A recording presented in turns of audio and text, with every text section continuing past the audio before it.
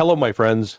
Over the past months, the war in Ukraine has stopped being just a distant battlefield and has become a kind of X-ray of the entire Western political and economic system. The conflict has revealed who really pays the price, who profits, and how fragile the supposed unity of the West actually is. One revealing moment came far away from the front lines, on the streets of Monaco. On an ordinary summer day, supercars lined the boulevards. Bugattis, Ferraris, every kind of luxury vehicle, and a startling number of them had Ukrainian license plates. Anyone who remembers what Ukraine looked like 20 years ago, with its struggling economy and endemic corruption, has to ask a simple question.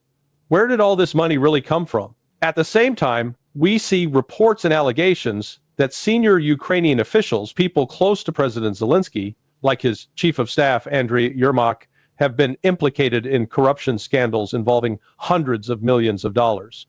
Whether every detail of those stories is proven or not, the pattern is clear enough.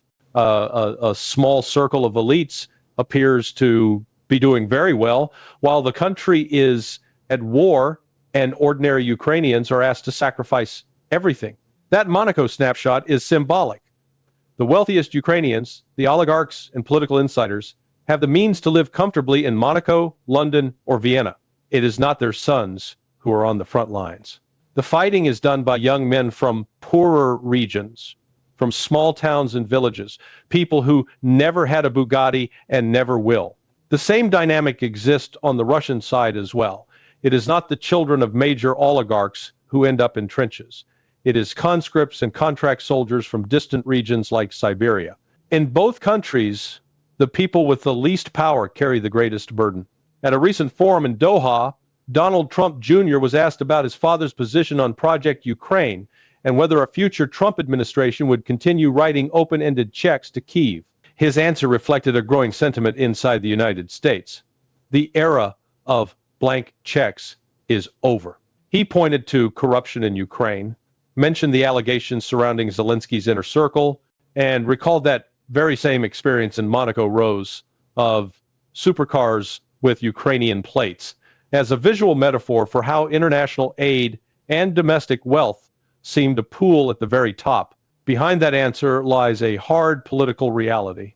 The American public is tired of wars that have no clear end state, tired of enormous financial commitments with little accountability, tired of being told that every foreign crisis is existential. When people see reports of Ukrainian officials living well, moving money offshore, or purchasing properties in Europe, while Ukrainian men are mobilized again and again, the appetite for continued support inevitably diminishes.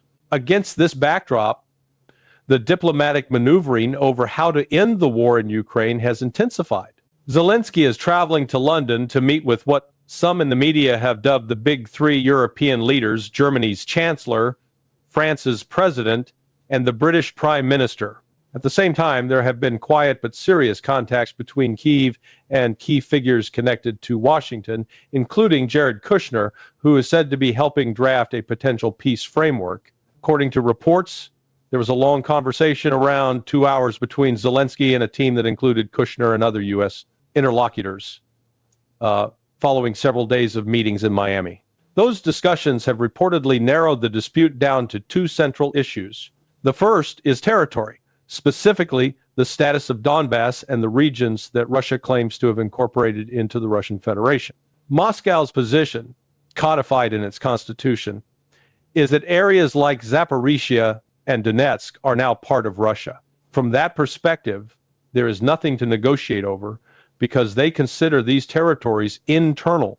Zelensky, on the other hand, has publicly refused to accept any territorial concessions and is under enormous pressure from hardliners in Kyiv and from segments of the Ukrainian public not to betray those regions. The second issue, according to some American reporting, has been the question of security guarantees for Ukraine, what form they should take, who would sign them, and how far they would go in practice. Other American voices, like retired General Keith Kellogg, often described as a special envoy or key advisor on Ukraine and Russia, have framed the second core dispute differently, suggesting that the real unresolved matter is control over the Zaporizhia nuclear power plant.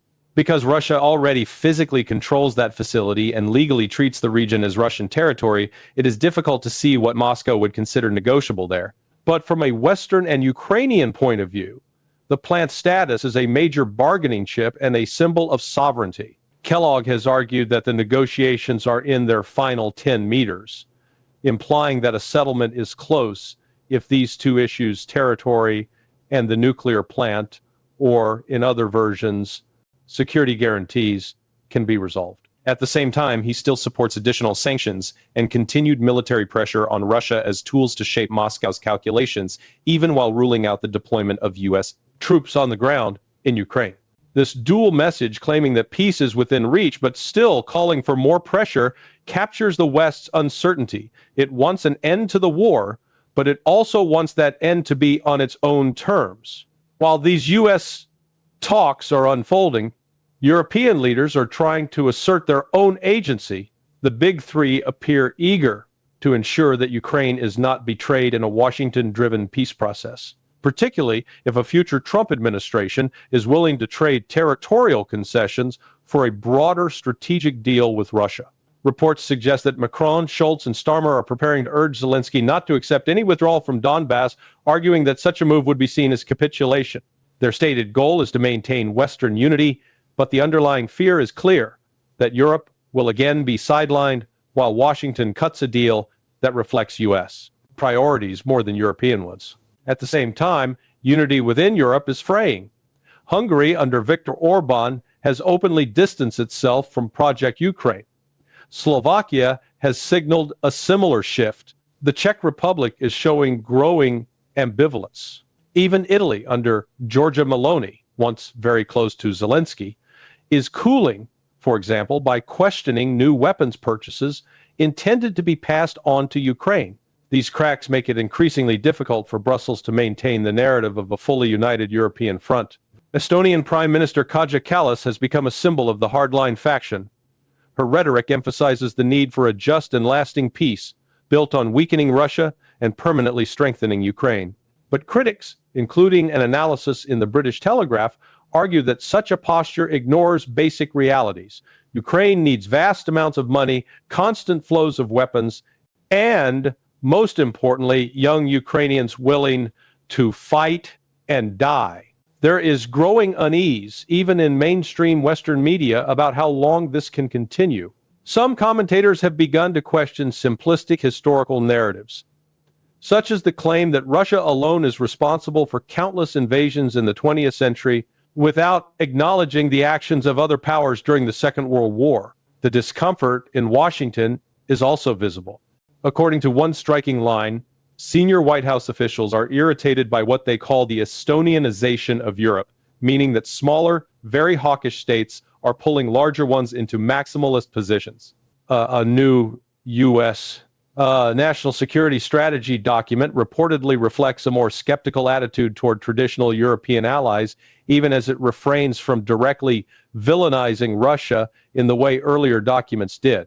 This shift has alarmed parts of the European establishment, which fear being downgraded from privileged partners to second-tier regional players. Overlaying all of this is a separate but related confrontation between the European Union and Elon Musk over the social media platform X. The EU's decision to levy a large fine around $150 million has triggered a sharp backlash from Musk and from influential figures in the American political sphere, especially within the Trump orbit. Musk has responded with a barrage of criticism toward Brussels, questioning not just the specific fine, but the EU's entire institutional legitimacy.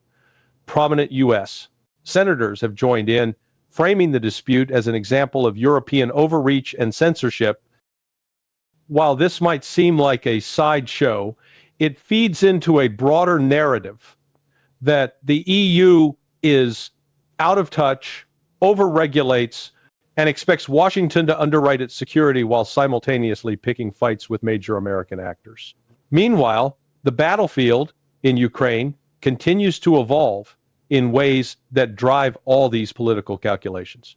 Recent days have seen large-scale Russian drone and missile strikes against Ukrainian military and energy infrastructure, causing widespread blackouts, water shortages, and heating failures. cities and regions such as Khmelnytsky and others have been hit repeatedly. One notable change is rhetorical.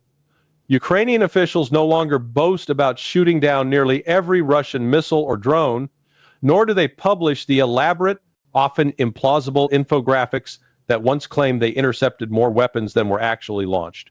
Instead, there is a telling silence, suggesting that Ukraine's air defense inventory has been severely depleted and cannot keep up with the scale and sophistication of Russian strikes.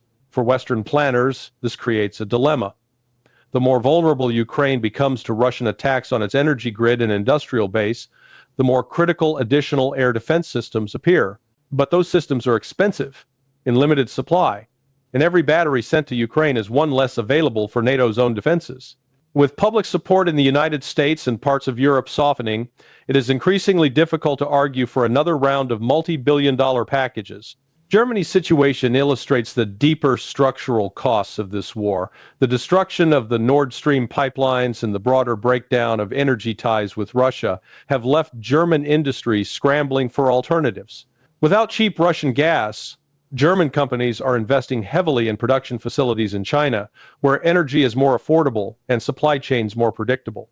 This trend has angered policymakers in Washington, who now complain that Berlin is outsourcing its industrial capacity to a strategic rival.